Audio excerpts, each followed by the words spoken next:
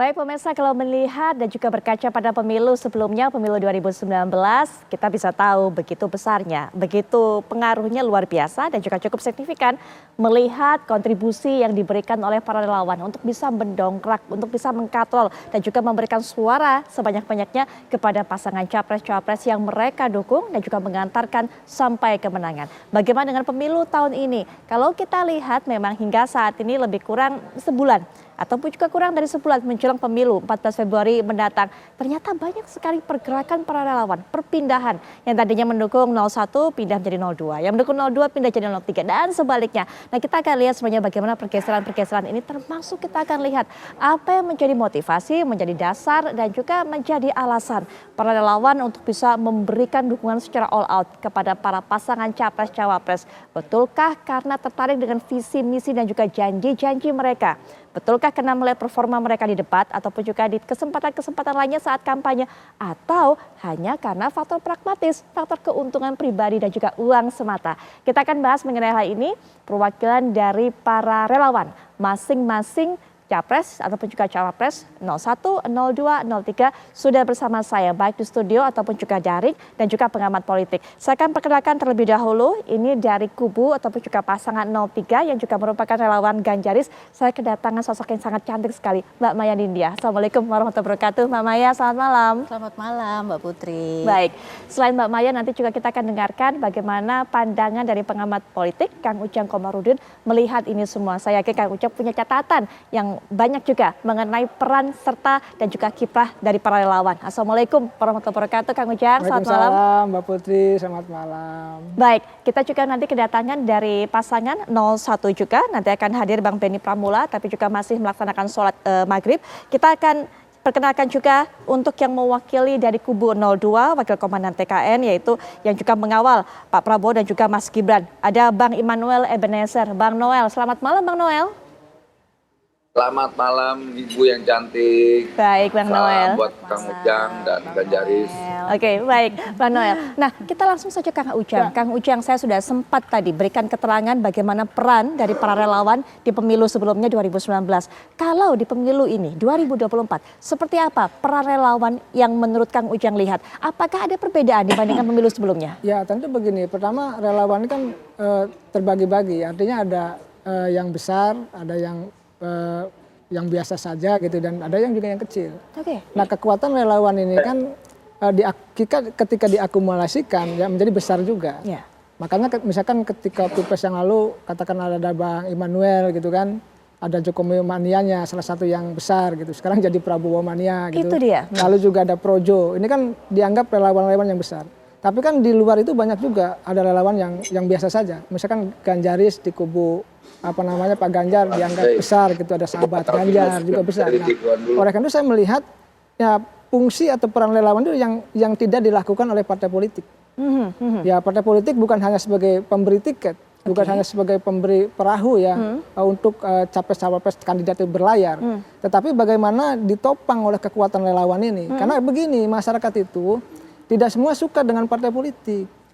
Karena misalkan dianggap, mohon maaf ya, dianggap korup, dianggap citranya masih belum positif di mata publik. Nah ruang inilah yang digunakan oleh relawan untuk tadi men-endorse ya, mendorong ya, support sistem ya bagi para kandidat itu untuk menaikkan elektabilitas. Suara mereka layak diperhitungkan? Ya saya melihat iya. Buktinya apa? Buktinya yang dulu katakan relawan hanya jadi wakil menteri saja, sekarang bahkan sudah jadi menteri. Menkominfo gitu ya. Oleh karena itu artinya dalam konteks hari ini, perjuangan hari ini, relawan itu punya jasa, punya kekuatan yang memang layak diganjar sebagai menteri. Faktanya ada. Dalam kabinet hasil resapel kemarin kan begitu. Artinya kekuatan relawan bagaimanapun ini diperhitungkan dalam konteks untuk mengisi kekurangan yang tidak bisa dilakukan oleh kandidat maupun oleh partai politik. Baik Kang Ujang, ada satu mungkin yang bisa saya simpulkan dari apa yang disampaikan Kang Ujang bahwa peran relawan bisa menggait suara-suara non partisan ataupun juga suara-suara yang memang mungkin swing voter atau belum menentukan pilihan sejak awal. Tapi kita juga tidak bisa pungkiri yang namanya relawan ini kemudian sering berpindah. Yang tadinya kemudian mendukung pasangan capres-cawapres satu kemudian berpindah ke yang lainnya. Bang Noel, melihat hal ini Bang Noel, sepertinya banyak juga perpindahan relawan yang tadinya mendukung pasangan 01, 03 berpindah ke pasangan 02. Anda melihat sebagai sebuah keuntungan atau seperti apa sebenarnya mapping para relawan saat ini yang dimiliki oleh pasangan 02, Bang Noel? Ya, kalau kita kan senang-senang aja ya, artinya pesan demokrasinya tersampaikan dengan ada perpindahan migrasi, ada yang dari 01 ke 02, 02 pindah ke 03, 03 pindah ke 02. Ini saya anggap sebuah fenomena demokrasi yang semakin baik ya untuk menuju 2024. Karena kan kita mendapatkan 3 pilihan, kecuali 2 pilihan ya. Dengan fenomena ini ya kalau ada yang bermigrasi kami, ya kami menganggap bahwa ini sebuah keuntungan. Kalau kemudian ada yang bermigrasi dari kami ke 03, ya itu kan keuntungan untuk 03. Begitu juga sebaliknya. Kalau ada yang bermigrasi ke 01, ya keuntungan buat 01. Tapi hari ini fenomena bermigrasi ke 02 kan semakin banyak ya. Semakin banyak. Saya tidak tahu reasonnya apa, tapi mereka kan punya alasan masing-masing kenapa pindah. Kalau dulu kan saya jelas ada persoalan yang sangat ideologis terkait pilihan-pilihan politik saya waktu dulu saya menjadi pendukung Ganjar, kemudian menjadi pendukungnya Pak Prabowo, terkait soal gagasan, kemudian perilaku pribadi sosok pemimpin yang dulu saya dukung, sedikit ada semacam ya maaf, ada semacam keangkuhan dan kesombongan. Dan itu ternyata terkonfirmasi ketika nanti ada beberapa kawan saya dulu sangat garis keras sekali pendukung salah satu calon, yang akhirnya bilang benar Bang Noel, apa yang Bang Noel sampaikan itu benar sekali, dan itu terasa di saya hari ini. Dan ya nggak lama lagi makin banyak yang akan melakukan pergeseran atau bermigrasi ke 02. Ya saya rasa itu menurut kami ya itu keuntungan lah, keuntungan yang sangat genuine ya. Karena mereka memang ada yang ideologis, ada yang pragmatis. Nah kalau yang pragmatis ini nggak tahu saya seperti apa, karena banyak kan kawan-kawan saya yang mengikuti jejak saya, saya itu lebih banyak pertimbangan ideologis. Oke Bang Noel, kita tahan sampai di situ Bang Noel. Materi mengenai apa yang menjadi alasan dasar apakah pragmatis ataupun ideologis nanti akan kami bincangkan lebih lanjut di segmen berikutnya. Tapi saya juga ingin dengarkan bagaimana suara Mbak Maya melihat Ganjaris ini cukup solidkah hingga saat ini, atau sebenarnya di dalam juga sudah sempat ada isu-isu beberapa orang anggotanya mungkin yang akan bermigrasi ke pasangan lainnya? Ya, kalau saya melihat perpindahan relawan itu sesuatu yang wajar ya. Kami ini kan relawan organik. Organik itu artinya semua atas daya kami sendiri. Kemudian juga itu juga menunjukkan, oleh karena itu relawan itu sifatnya cair. Apabila ada yang merasa tidak sama lagi visi politiknya dengan kami, itu ada yang merasa mungkin ada tawaran-tawaran yang lebih baik, yang disebut dengan pragmatis seperti begitu. Itu kami rasa ya kami sikapinya dengan santai saja. Ada Mbak Maya seperti itu, memang realitanya ada banyak seperti itu, godaan-godaan itu. Namanya itu relawan itu kan dunianya benar-benar dinamis. Apabila ya itu tadi, apabila kita sudah tidak mempunyai kesamaan visi, apabila ada yang ingin berpindah mendukung toko sebelah, ya kami santai saja, santai saja. Yang penting kami yakin bahwa apa yang kami perjuangkan selama ini adalah perjuangan yang benar, kami yakini itu, yaitu membawa Ganjar Mahfud menjadi presiden dan ke-8. Yang tadinya kami ini ingin melanjutkan melihat bahwa Pak Jokowi itu, Ganjar Mahfud itu sebagai penerusnya Pak Jokowi gitu. Karena apa? Kesamaannya itu adalah satu, Ganjar Mahfud itu Ganjar ya, Pak Ganjar kan. Karena kami ini Ganjaris sudah mendukung Ganjar itu sejak 2021. Pada saat Pak Ganjar itu belum dicapreskan oleh PDIP, kami sudah mempunyai keyakinan bahwa Ganjar ini adalah yang terbaik sebagai presiden selanjutnya. Karena Ganjar ini sudah menjadi anggota DPR selama 2 periode, jadi sudah berpengalaman. Sebagai kepala daerah itu sudah dari 2 periode juga, jadi Ganjar ini berpengalaman. Kemudian Ganjar ini dekat dengan rakyat, yang dari semua capres, yang suka belusukan itu hanya Ganjar. Yang dekat dengan rakyat hanya Ganjar. Yang bisa tidur di rumah rakyat itu hanya Ganjar. Yang mendengarkan keluhan-keluhan rakyat itu hanya Ganjar. Oleh karena itu kami memutuskan nih, dari ngobrol-ngobrol antar sesama teman, cuman dari ngobrol-ngobrol biasa, kemudian memutuskan bahwa oh memang Ganjar ini yang paling cocok. Oleh karena itu lahirlah kita buatlah Ganjaris. Baik. Ya, nah ini juga sudah sempat saya sounding tadi kepada Anda pemirsa yang salah satu narasumber berikutnya yang tadi juga mungkin belum sempat kami kenalkan kepada Anda. Sudah hadir bersama saya juga di studio Bang Benny Pramula yang merupakan co-kapten dan juga jubir dari Timnas pasangan nomor 1. Jubir dari Timnas Amin. Assalamualaikum warahmatullahi wabarakatuh. Selamat malam Bang Benny. Waalaikumsalam warahmatullahi wabarakatuh. Gimana kabar, sehat? Alhamdulillah sehat. Alhamdulillah Bang Benny, sehat. melihat perpindahan para relawan. Nah ini kemudian ketika kita tahu Ibu Khofifah Indar Parawansa mendeklarasikan dirinya akan mendukung 02, bahkan jadi jubir kampanye nasional begitu. Adakah ketakutan perpindahan pasangan Amin ini yang tadinya mungkin Gus Imin mengklaim ini relawan dari para NU akan semua larinya ke pasangan nomor 1. Dengan adanya deklarasi dilakukan oleh Ibu Khofifah, Anda melihat begitu perpindahan kemungkinan menuju 02 dari relawan NU, Bang Benny? Iya, kami tidak terlalu mengkhawatirkan akan hal itu karena tentang Ibu siapa? Ibu Khofifah. Ibu Khofifah ini kan sudah lama sebetulnya ya, sejak beberapa bulan atau setahun yang lalu bahkan gelagat untuk kemudian berada pada pihak 02 itu sudah terlihat. Jadi ini bukan sesuatu yang mengagetkan buat kami dan justru semakin memacu kami untuk lebih giat lagi, lebih bersemangat lagi di lapangan. Soal perpindahan relawan, masuk, keluar masuk dan lain sebagainya itu hal yang biasa. Karena itu hak asasi manusia, kita tidak bisa memaksakan seseorang untuk bertahan pada satu ide dan gagasan tertentu yang kami tawarkan kepada mereka. Dan perlu kami sampaikan bahwa di paslon 01 itu ada 871 simpul relawan. Ya, itu ada 871 simpul relawan dan yang mundur menyatakan menarik dukungan itu hanyalah 9 relawan menurut kami. Yang 1-2 orang oknum yang barangkali hanya karena ketidaksamaan lagi ide dan gagasan lalu mereka kemudian menarik diri. Itu hal yang wajar dan kami tidak terlalu mengkhawatirkan hal itu dan itu bukan masalah yang besar menurut kami. Kalau Bang Benny sepertinya percaya dengan mati 1 tumbuh 1000, Yeah. sepertinya itu. Tapi yang pasti nanti Bang Benny, Kang Ujang bisa berikan pandangan. Sebenarnya apa sih yang membuat para relawan ini bisa berpindah hati, bisa kemudian mengalihkan dukungannya untuk pasangan lainnya? Apakah memang faktor ideologis ataukah memang faktor pragmatis, keuntungan pribadi yang bisa didapatkan semata? Berbicara mengenai perpindahan, Bang Noel nanti mungkin bisa cerita. Yang tadinya dukung Pak Ganjar kemudian jadi Pak Prabowo, nanti mungkin Mbak Maya bisa berikan pandangan mengenai hal ini. Tapi nanti ya kita akan bahas setelah jeda. Kami segera kembali saat lagi. Kita lanjutkan perbincangan kalau bicara mengenai geser-menggeser, berpindah hati, berpindah dukungan, berpindah suara. Sepertinya Bang Noel bisa cerita banyak kepada kita. Bang Noel, kalau kedengeran atau kalau kita tadi sudah mendengarkan apa disampaikan Mbak Maya Nindya, ini kan yang paling cocok untuk bisa meneruskan Pak Jokowi yang memiliki suatu sikap yang sama, kemudian cara pola pikir yang sama, ya Pak Ganjar. Yang waktu itu dulu juga didukung oleh Bang Noel. Tapi kemudian Bang Noel berpindah hati. Kenapa Bang Noel? Apa alasannya? Memang visi misi sudah tidak sejalan atau seperti apa? Ya, dulu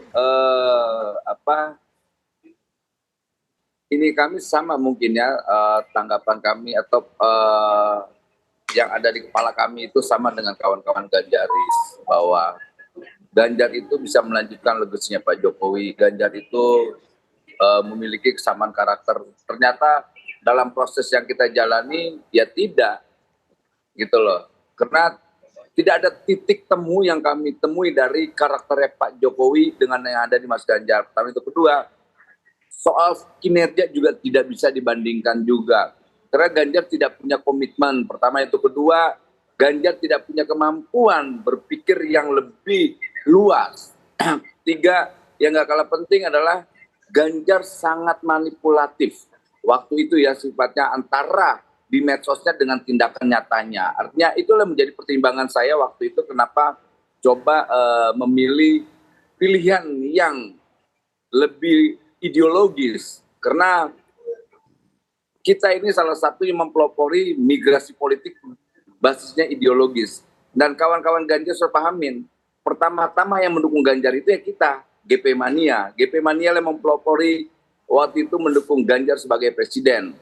Kedua, kita lihat kenapa pertimbangan waktu itu kita melawan yang namanya kekuasaan, bicara tentang gagasan 3 periode. Jadi biar kawan-kawan Ganjar pahamin itu. Jadi bukan Ganjar yang mempelopori, itu kita GP Mania mempelopori itu. Jadi itulah dasar kenapa dulu kami melakukan migrasi politik ke Pak Prabowo 02. Ya pertimbangannya pertimbangan ideologis itu. Yang gak kalah penting juga saat itu kan ada narasi-narasi yang begitu underestimate gerakan relawan. Kan dulu relawan kan direndahkan oleh salah satu partai pendukung 03 ya, yang akhirnya membuat kawan-kawan relawan miris. Kok kita seakan-akan nggak punya peran, ditambah lagi ya, maaf, kemarin mulai ada gerakan-gerakan, kan itu terkonfirmasi. Ya maaf, waktu itu ada pernyataan salah satu ketua umum partai pendukung 03 menyampaikan relawan itu apa, gitu loh. Apa mereka, gitu loh. Yang akhirnya kami juga ngeliat, ini udah nggak bisa nih kita nih. Kalau terus begini akhirnya kenapa kita pindah ke 02? Ya 02 sangat terbuka, bahkan sangat mengapresiasi, menghargai kita semua yang melakukan gerakan-gerakan politik yang basisnya ideologis. Apalagi Pak Prabowo kita lihat langgam gerakannya kan sama dengan langgam gerakan saya terkait apa? Rekonsiliasi politik. Makanya beliau selalu menyampaikan bangsa ini harus bersatu.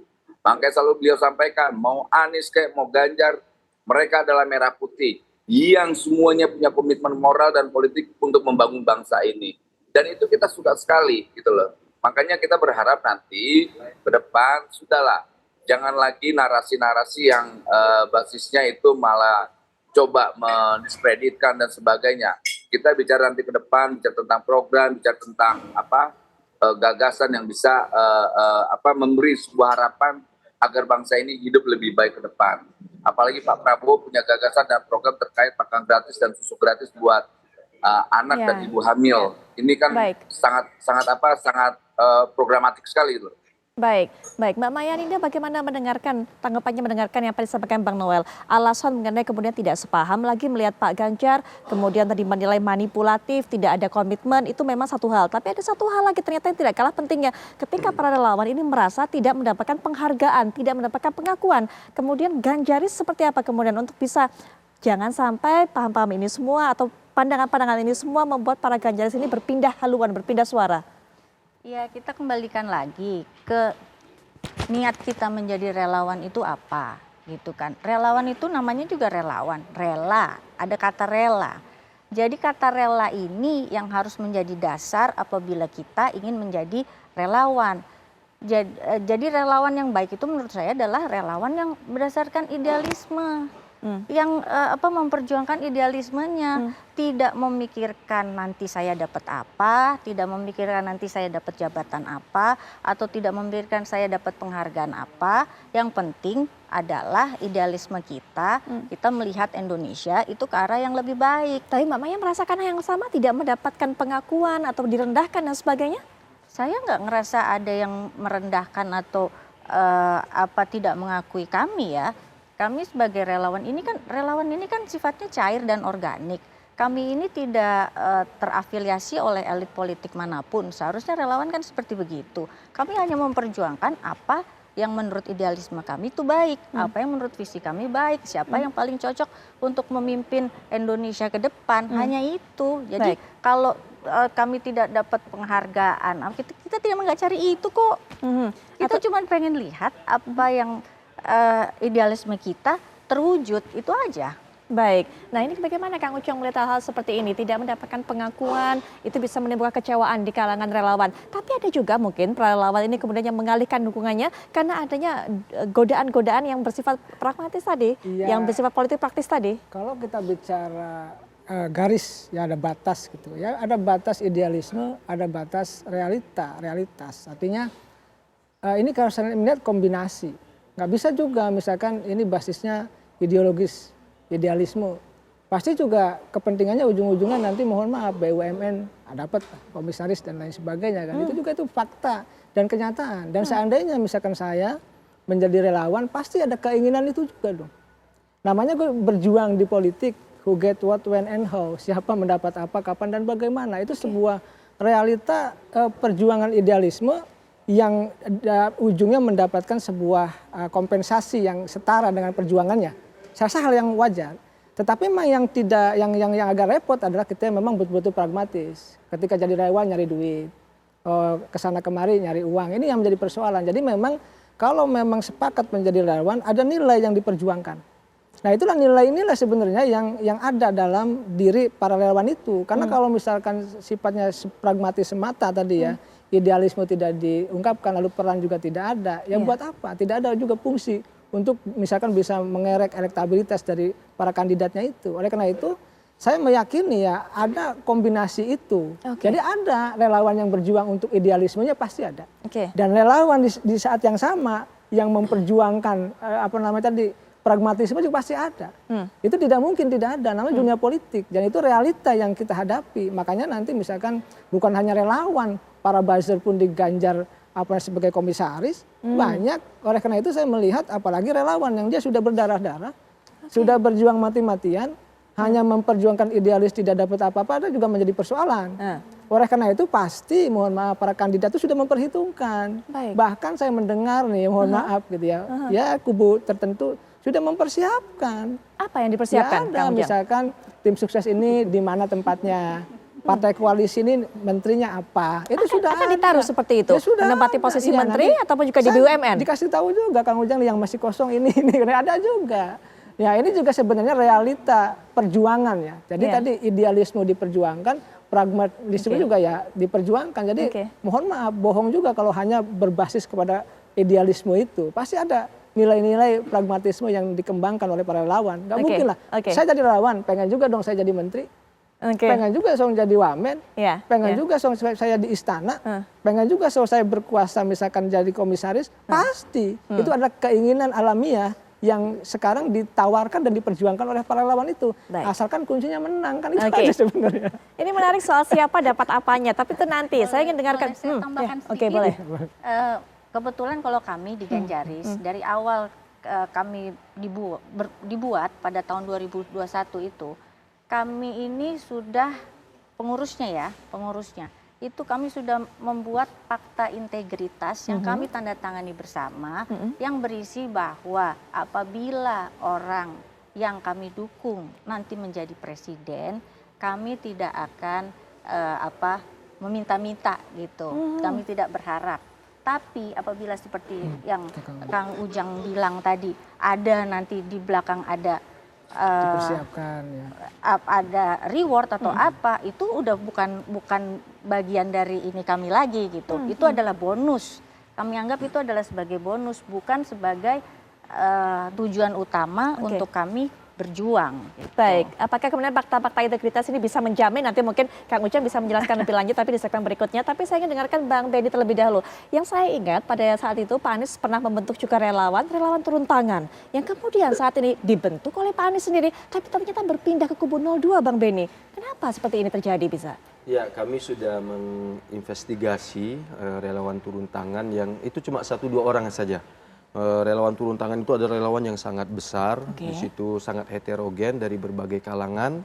Namun barangkali ada 1-2 orang yang tidak puas atau ada miskomunikasi dan lain sebagainya, sehingga mereka menyatakan untuk mencabut dukungan. Tapi kami sama sekali tidak terpengaruh dengan itu, kami tidak membesar-besarkan. Justru bagi kami itu hanya momentum untuk kemudian membuat opini di publik saja seolah-olah trennya Prabowo ini semakin baik. Padahal setelah pasca debat terakhir kemarin itu kan kita lihat lagi oyong nih tim dari paslon 2 kayak gitu. Trennya menurun, kemudian banyak mendapatkan penilaian yang sentimen negatif di masyarakat. Kami melihat ini cuma pengalian isu saja, kemudian menciptakan opini seolah-olah pendukung Amin ini beralih ke 02.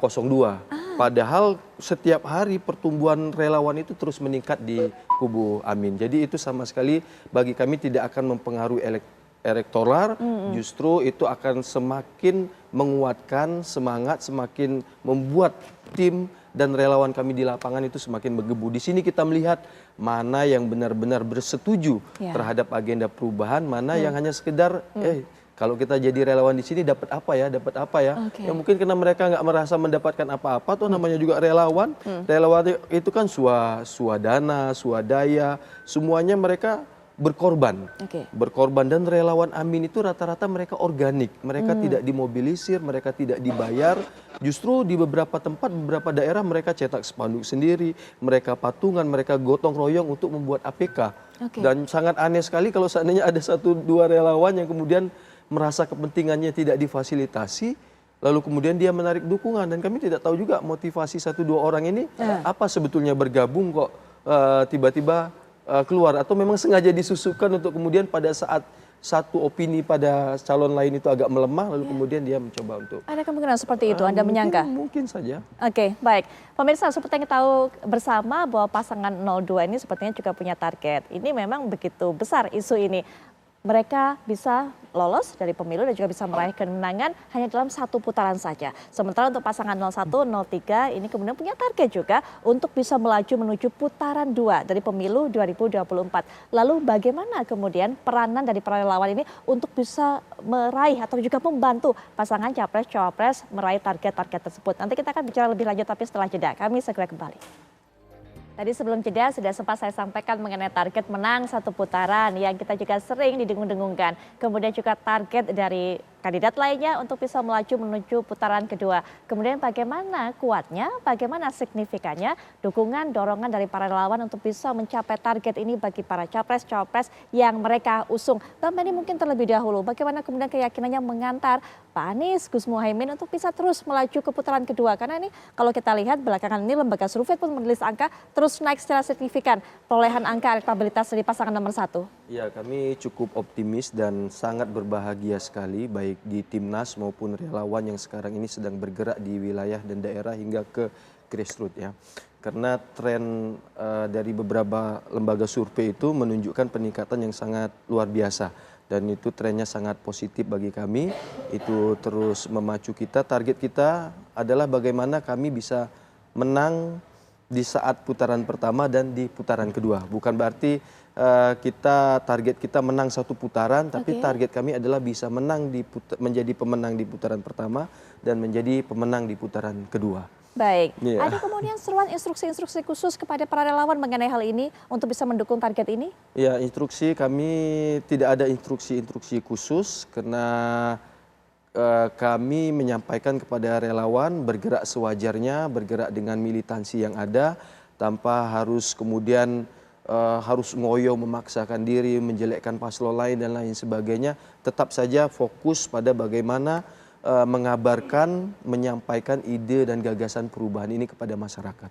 Baik, isu perubahan masih laku dijual untuk mendukung target itu? Iya, masih sangat laku. Buktinya di mana-mana Pak Anies turun, bahkan tanpa Pak Anies pun ketika kami dari Timnas turun ke wilayah atau daerah menghadiri deklarasi relawan dan lain sebagainya, itu diikuti oleh selalu ribuan masyarakat yang berbondong-bondong ingin turut serta turun tangan mewujudkan perubahan. Oke, Bang Noel, 02 ingin, betul nggak Bang Noel sebenarnya ingin menyelesaikan pemilu ini dengan satu putaran saja, dan kemudian bagaimana peran relawan untuk bisa memberikan target ini sehingga kemudian tercapai, Bang Noel? Ya, karena kami semangatnya satu putaran, ya kita all out buat hal itu. Apalagi kita yakin bahwa kita kan punya pengalaman memenangkan Pak Jokowi 2 kali. Jadi kita tahu cara memenangkan hati rakyat lah. Apalagi semangatnya kan semangat satu putaran. Presidennya nomor 2 gitu. Presiden nomor 2 tuh. Nomor satunya semangat satu putaran. Jadi tidak ada kata ikut yang 2 putaran tuh. Kita nggak punya kata untuk hal itu. Yang ada di benak kami menang satu putaran dan 2024 presidennya Prabowo dan wapresnya Mas Gibran. Jadi semangat ini didasari oleh semangat kita sebagai organizer-organizer yang terbiasa mengorganisir rakyat. Karena ini kan banyak sekali nih aktivis-aktivis dulu yang pendukung Jokowi yang punya semangat, pendukung Jokowi militan kan hari ini di Prabowo semua. Dan semangat itu luar biasa. Kita tahu bagaimana memenangkan hati rakyat. Jadi semangat satu putaran ini sudah tidak ini lagi lah. Di benak kami cuma satu putaran. Okay. Apalagi kita lihat koalisi kita ini kan bekerja semua, caleg-calegnya bekerja semua, relawannya bekerja semua. Jadi kami punya ukuran-ukuran tersendiri dan punya standar-standar memenangkan satu putaran itu sendiri. Jadi sekali lagi Prabowo Gibran 1 putaran, semangatnya kita itu. Dan itu ya perintah kita di Yakin PKS. banget kayaknya suaranya. Baik, Gitu dong. Bang Noel tadi mengatakan punya pengalaman mengantarkan Pak Jokowi menjadi pemenang dalam pemilu sebelumnya. Apakah kemudian cara-caranya, metodenya, semua pergerakan relawan yang digunakan caranya masih sama? Masih applicable-kah kemudian diterapkan pada pemilu saat ini? Ya. Masih sangat relevan karena kita lihat kan tidak ada yang signifikan sekali polanya. Polanya masih sangat relevan dengan metode yang kami yakinin bahwa ya itu apalagi dengan Pak Jokowi di Pak Prabowo ya. Kami masih punya isu yang luar biasa. Ditambah kita lihat Jokowi efek itu masih ada. Karena di mana-mana rakyat masih menginginkan jangan sampai program Pak Jokowi itu hilang, PKH atas kartu apa. Jadi ya rakyat tidak mau kehilangan program-programnya Pak Jokowi. Disitulah kami yakin bahwa kami bisa menang 1 putaran. Karena kita tahu kan 2014-19 di Republik ini cuma ada 2 pendukung. Kalau nggak pendukung Jokowi ya pendukungnya Prabowo. Dengan hari ini pendukung Jokowi dan pendukungnya Prabowo gabung, ya semangatnya 1 putaran lah, ya kan? Kalau semangat 1 putaran ini begitu kuat didengungkan, pede banget kayaknya Bang Noel. Mbak Maya bagaimana kemudian mendukung para relawan ini agar bisa mengantarkan Pak Ganjar menuju putaran kedua? Kalau dari kami ini kan relawan ini kan organik ya. Relawan itu berjuang itu semampunya dia. Semampu apa ada daya yang dia punya, dia berikan. Nah kalau kami sendiri dari Ganjaris, kami itu berusaha mensosialisasikan program-program Pak Ganjar, di mana program-program Pak Ganjar itu kan bagus sekali, seperti KTP Sakti. KTP Sakti itu kan berarti dengan hanya 1 KTP itu bisa mencakup semua. Kemudian internet gratis, ya. Kemudian juga ada kesehatan gratis, kemudian 1 sarjana di 1 keluarga miskin. Banyak yang menurut kami hal-hal yang seperti gitu harus kita sosialisasikan sampai ke akar rumput. Itu sih fokus Ganjaris saja mensosialisasikan program-program Pak Ganjar sampai ke akar rumput. Kalau soal pendukung termasuk relawan, saya yakin kan beririsan antara pasangan 02, 03 begitu kan, apalagi ini sama-sama misinya melanjutkan, meneruskan apa yang sudah ditorehkan oleh Pak Jokowi. Kalau tadi klaimnya Bang Noel, ini kan mayoritas semuanya di Indonesia ini yang ada hanyalah kalau nggak dukung Jokowi, dukung Prabowo. Nah mana dukungan untuk Pak Ganjar? Bagaimana kemudian melawan semangat dari timnya Bang Noel kalau gitu? Ya Bang Noel dulu kan juga sebenarnya satu tim ya dengan saya gitu kan. Kita sama-sama memperjuangkan Pak Jokowi dari 2014 gitu. Jadi apa yang dilakukan oleh Bang Noel dan apa yang dilakukan oleh kami itu adalah sama. Hanya pada saat-saat terakhir aja kemudian kami berpisah jalan gitu kan. Karena mungkin menurut Bang Noel kan ideologinya sudah berbeda gitu. Padahal kan sebenarnya cara-cara untuk relawan memenangkan itu kan masih sama gitu. Ya iya, apa yang dilakukan oleh relawan ya begitulah. Kang Ujang, semuanya ini optimistis untuk bisa mencapai target masing-masing, betul kan? Kalau tadi kita lihat Bang Benny juga menang di putaran pertama juga begitu. Kemudian Bang Noel juga cukup keras suaranya, yakin begitu kan. Mbak Maya juga seperti itu. Tapi nanti Kang Ujang bisa berikan pandangan juga bagaimana kekuatan dari masing-masing relawan untuk bisa mendukung target masing-masing capres-capres ini tercapai. Kita akan bahas setelah jeda berikut ini.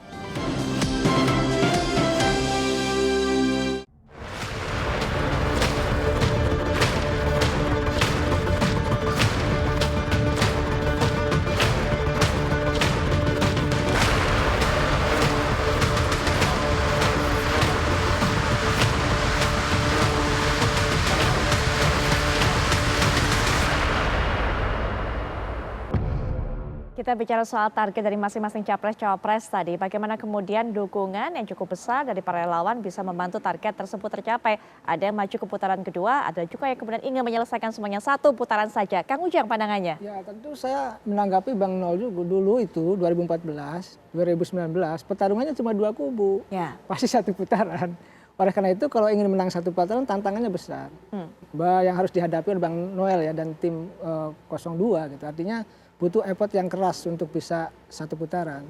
Ya tapi ya dalam politik kita lihat saja. Tapi kalau 3 pasang biasanya agak berat untuk 1 putaran itu. Oleh karena itu sebenarnya kubu 01 juga ingin 1 putaran, ingin menang maksudnya. Kubu 03 juga sama ingin 1 putaran.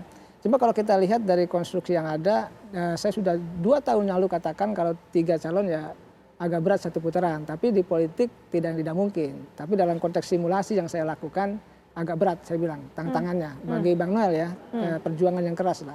Nah terakhir yang ingin saya katakan, tentu ini sebenarnya momentum relawan menunjukkan bukti kerja kerasnya dan loyalitasnya gitu.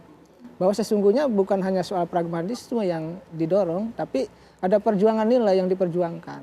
Sehingga rakyat Indonesia paham dan tahu bahwa relawan itu ya bukan semata-mata ingin posisi, bukan semata-mata ingin jabatan, ingin kekuasaan, tapi ada value yang harus diperjuangkan sehingga ada di situ sebagai relawan itu.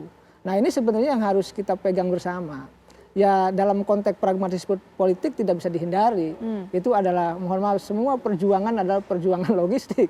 Iya, semua perjuangan, perang pun tidak ada logistik, tidak bisa.